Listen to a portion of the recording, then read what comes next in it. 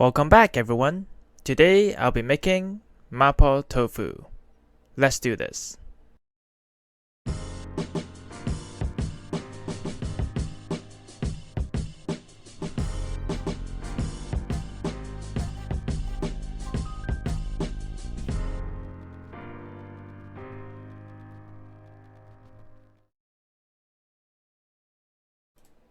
Getting straight into it, we'll be using black bean garlic sauce, tomato paste, 1 cup of chicken broth, some ginger, some garlic, 1 jalapeno, and about half a pound of ground beef.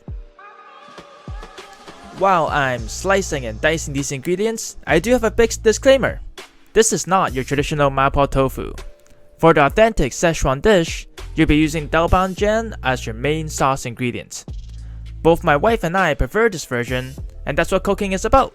Making dishes for those you love, your way. Heading to the stovetop, first we'll heat up the pan. Then we'll just drizzle a bit of oil and we're ready to go. This dish only uses 1 pan, so less cleaning, more eating. First in will be your chopped garlic, ginger, and jalapeno. Toss the ingredients around to release the flavor into the oil. Then comes the beef to soak up the previously mentioned flavors. We'll break it up into small chunks and cook until we see some nice browning.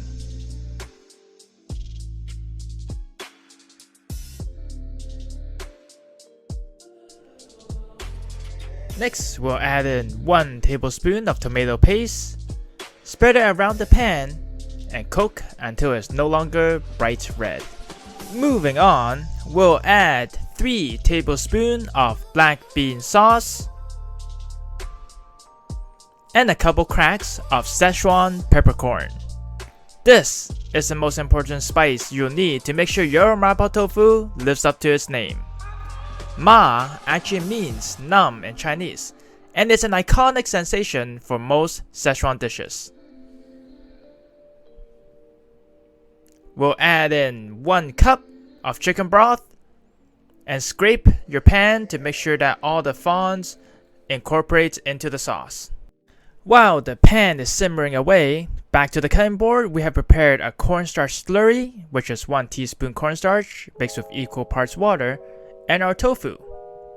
Slice some slits into the packaging and drain out the water into your sink.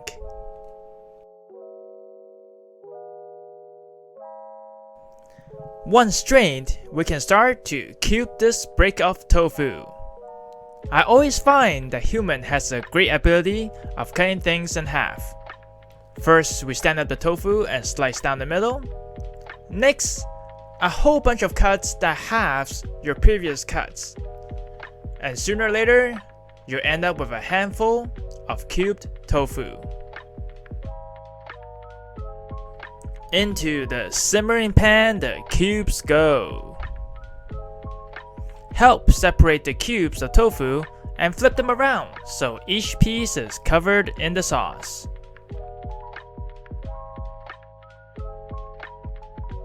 Add in your cornstarch slurry to thicken up the sauce.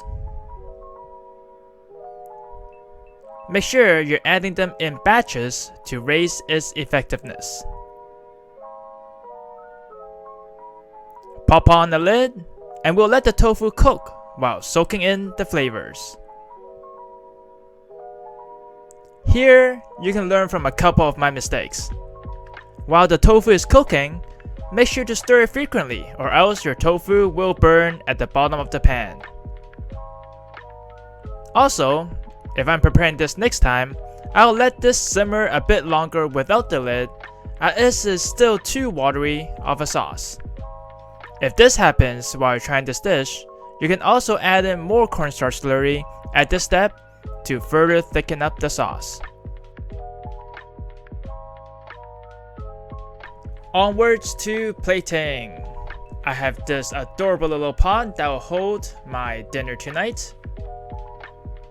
As you can see, the sauce is a bit too watery and maybe the pot is a bit too small. But either way, this is how I make my Mapo tofu.